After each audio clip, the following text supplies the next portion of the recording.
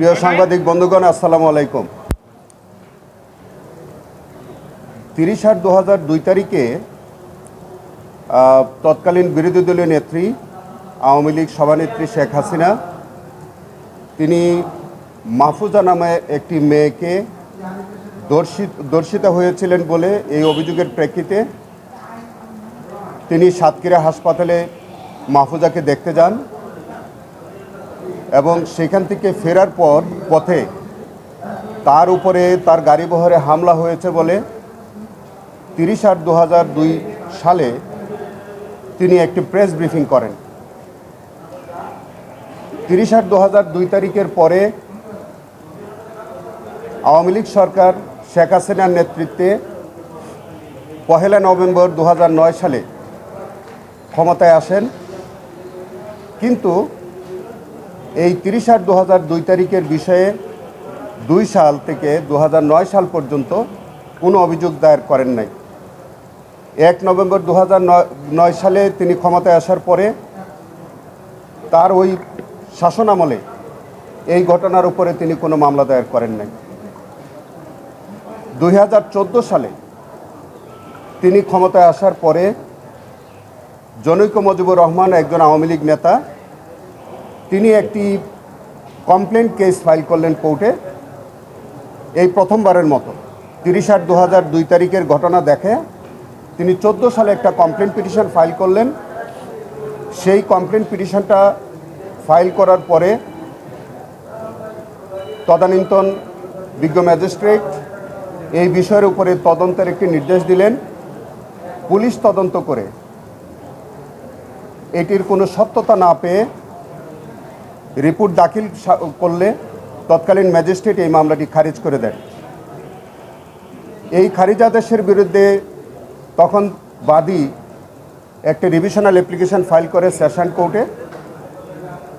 Session জাজ বিজ্ঞ ম্যাজিস্ট্রেটের ওই আদেশের কোনো ভুল না পেয়ে রিভিশনটি নামঞ্জুর করেন। তার পরিপ্রেক্ষিতে আপনার 2014 সালের পরে কবে 2014 সালে এফআইআর, পরবর্তীকালে তিনি মহামান্য হাইকোর্ট বিভাগে একটি কোয়াশমেন্ট অ্যাপ্লিকেশন ফাইল করেন এবং সেটা শুনানি শেষে মহামান্য সুপ্রিম কোর্ট হাইকোর্ট ডিভিশন একটি নির্দেশনা দেন যে এই যে নারাজি অ্যাপ্লিকেশন যেটা তারা আগে দিয়েছিল সেটি নিষ্পত্তির জন্যে বিজ্ঞ ম্যাজিস্ট্রেট ওই নারাজি অ্যাপ্লিকেশনটা মহামান্য হাইকোর্টের আদেশ অনুযায়ী নিষ্পত্তি না করে তিনি সরাসরি আদেশ দিলেন যে এই অভিযোগটিকে সরাসরি এজাহার হিসেবে গণ্য করার জন্য উনি নির্দেশ দিলেন। সেটি ছিল প্রথমত একটি আইনগত ভুল।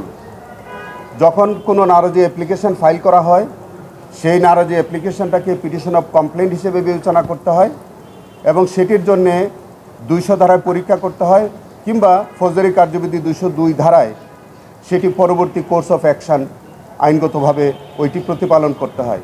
কিন্তু বিজ্ঞ ম্যাজিস্ট্রেট ফৌজদারি কার্যবিধি 156(3) ধারা মতে সরাসরি এইটিকে এফআইআর করার জন্যে যে নির্দেশনা দিয়েছিলেন বাদীকে পরীক্ষা করার পর, সেটি ছিল প্রথমত একটি আইনগত ভুল। যাই হোক, সেই মামলাটি এফআইআর হওয়ার পরে সেখানে তৎকালীন সরকারের নির্দেশিতভাবে নির্দেশপ্রাপ্ত হয়ে তৎকালীন তদন্তকারী কর্মকর্তা একটি মিথ্যা চার্জশিট দাখিল করেন। সেই চার্জশিটে জনাব হাবিবুল ইসলাম হাবিব, সাতক্ষীরা এবং কলারোয়ার অত্যন্ত জনপ্রিয় এমপি, সাবেক 2বারের নির্বাচিত এমপি, তাকে সেই মামলার মধ্যে সম্পৃক্ত করে এবং অন্যান্য বিএনপির নেতৃবৃন্দদেরকে সেই মামলার মধ্যে সম্পৃক্ত করে এবং এই প্রথমবার 2014 সালে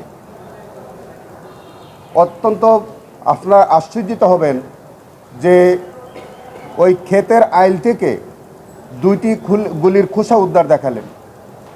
এই 2002 সাল থেকে 14 সাল পর্যন্ত 12 বছর একটি মুজিব কোর্ট, সিরা মুজিব কোর্ট আলামত হিসেবে দেখালেন এবং বলা হলো যে এই যে আওয়ামী লীগ 2বার করে ক্ষমতায় আসলো তারা মামলা করলেন না, অথচ এই গুলির খোসা এবং এই সেরা মুজিব কোর্ট এগুলো নাকি তার বাদীর হেফাজতেই ছিল। এটি তারা আদালতে দিলেন না, এটি কোনো পুলিশ স্টেশনে তারা জমা দিলেন না, এই বিষয়ে তারা কোনো জিডি এন্ট্রি করলেন না, এইটি তারা তাদের হেফাজতেই ছিল বলে তারা দাবি করলেন। এরকম একটি ভিত্তিহীন অভিযোগের প্রেক্ষিতে জনাব হাবিবুল ইসলাম হাবিবকে বিগত সরকারের আমলে একটি আজ্ঞাবহ আদালত তাকে বিভিন্ন ধারায় 10 বছরের সাজা প্রদান করেন। 307, 440, 506, 500 এবং 148, 49 ধারায় তাকে সর্বমোট 10 বছরের সাজা প্রদান করেন। আমরা এই আদেশের বিরুদ্ধে মহামান্য দায়রা আদালতে আমরা আপিল ফাইল করেছিলাম, কিন্তু তৎকালীন সরকারের আমলে দায়রা আদালতও তার এই সাজাটি বহাল রাখে।